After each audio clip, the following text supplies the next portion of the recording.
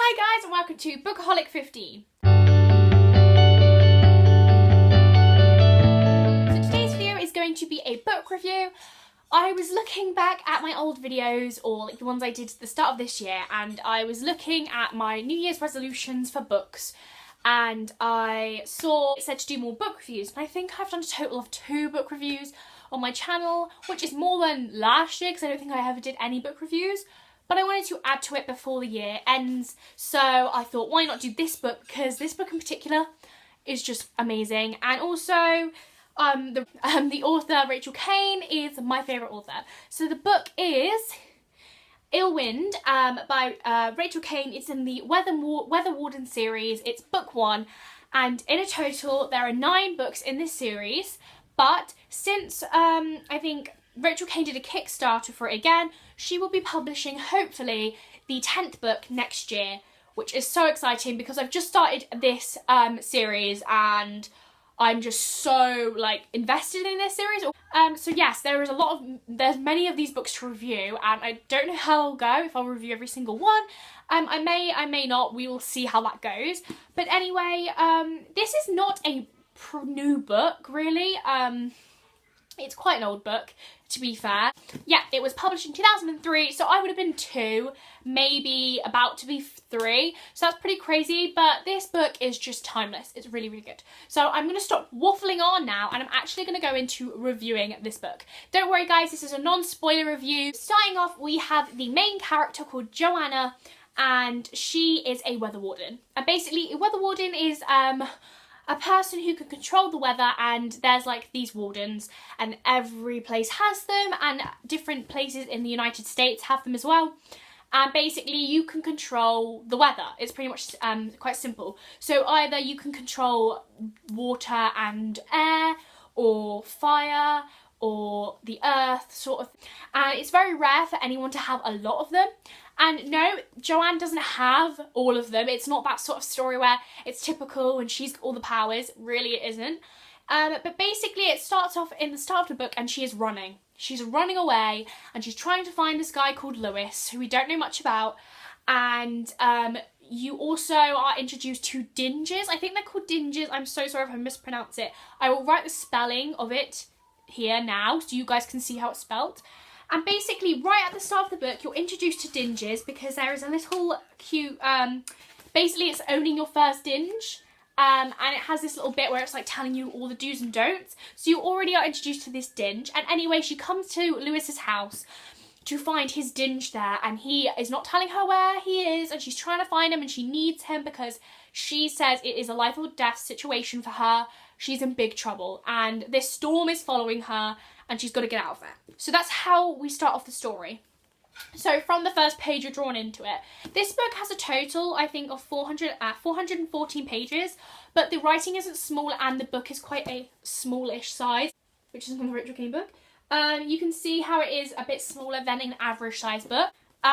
That's where you start off, and straight away you're just wrapped up in this story, and it's so fast paced. There's only 5 chapters in this book because the setout's a bit different. I feel like it's like averagely every 100 pages it stops and there's a chapter. So there's only 5 chapters in this book, so much, but I'm gonna explain what I liked about the book, about the characters. So Joanne is an awesome main character. I'm not exactly sure her age, and I might be completely wrong, but in my head I imagine her in her 20s, middle 20s, maybe late 20s, I'm not too sure. And she is so funny, so real, I think. And I really like her because she isn't your typical average heroine. She has her own problems and her own demons. You will see what I mean when you read the book. And she's not perfect, and the things she's done in the past haven't been perfect, but she, you know, she moves on and she tries to do the best she can. So I really liked her. She wasn't irritating at all. I felt her decisions were smart. Yes, sometimes weren't smart, but they were also decisions you'd probably make if you were in her position. So I felt that she was a really good, strong main character, and I would definitely follow 10 books of just reading from her point of view. So it is from her point of view. I don't know as the series progresses if it changes points of view sometimes, because I do know Rachel Caine loves to do that. She did in the Morganville series, which is just here. I think the first 4 books or 3 books were just Claire's point of view, which is the main character, and as the series got on, you ended up getting other people's points of view as well. So I don't know how that will go in the Weather Warden series. You also have Lewis, who you'll learn more about. He's mentioned at the start, but you actually don't get to sort of meet him or get to know him until further on in the book. You kind of learn more as you go along through flashbacks, sort of. She basically is just kind of rethinking about the things that have previously happened. So you do get a look in her childhood and her teen years and her in college, which is awesome. But it fits perfectly, and don't worry, it's not like pages and pages of it. It's just put where it's needed, and it's really, really good. There's a lot of secrecy at the start, and you sort of grow and learn and also start to learn more about the world as you progress through the book. So now getting into another character that you kind of meet. I don't want to kind of spoil anything for you because it doesn't really say on the back, but basically you do meet a lot more characters. There is a love interest in this, and let me tell you, the love interest is amazing. I love them. I'm not going to say too much about them because I don't want to spoil it for you guys, because that is sort of the surprise as well in it. I really loved the love interest. I really found him really interesting, and I like how Rachel Caine brought him into the book.